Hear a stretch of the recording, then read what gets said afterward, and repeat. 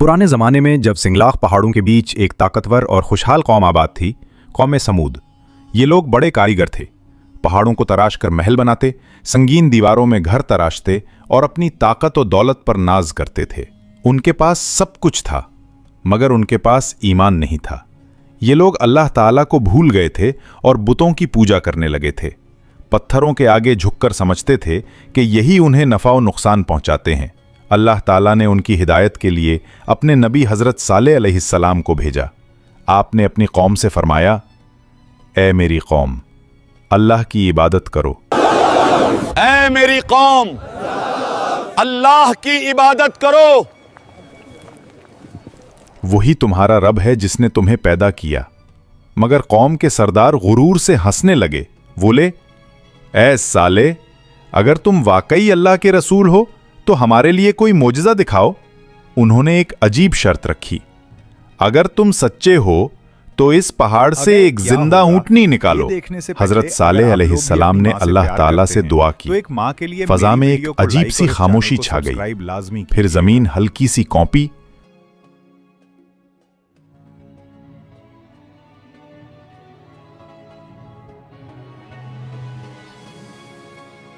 पहाड़ में दरार पड़ी और उस दरार से एक खूबसूरत ऊंटनी निकली।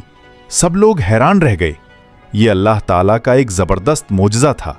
हजरत सालेह अलैहिस्सलाम ने फरमाया, ये अल्लाह की ऊंटनी है, इसके साथ कोई ज्यादती ना करना। एक दिन ये पानी पिएगी और दूसरे दिन तुम्हारे जानवर पानी पिया करेंगे। कुछ लोग ईमान ले आए, मगर सरदारों के दिलों में हसद और जिद बढ़ती गई। वो कहने लगे, ये ऊंटनी तो हमें आजमाइश में डाल रही है, हमारे घोड़े और ऊंट प्यासे रह जाते हैं। फिर उन्होंने साजिश की और एक रात उन्होंने ऊंटनी को कत्ल कर डाला। हजरत सालेह अलैहिस्सलाम को जब खबर मिली तो आपने फरमाया, ऐ मेरी कौम, तुमने बहुत बड़ा गुनाह किया है। अब अपने घरों में 3 दिन और रह लो, इसके बाद अल्लाह का अजाब तुम पर नाजिल होगा। 3 दिन गुजरे, जमीन लरजने लगी, आसमान से एक जोरदार चीख गूंजी और लम्हों में सब कुछ खत्म हो गया। कौम समूद जो कल तक शानो शौकत में थी, आज मिट्टी में दफन हो गई। उनके तराशे हुए महल, उनके पत्थरों के घर सब वीरान और खामोश हो गए। सिर्फ हजरत सालेह अलैहिस्सलाम और चंद ईमान वाले बच्चे।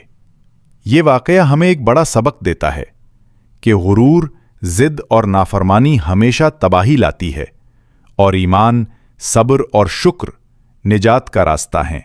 अल्लाह की हर निशानी हमारे लिए सबक है, अगर हम देखना और समझना चाहें।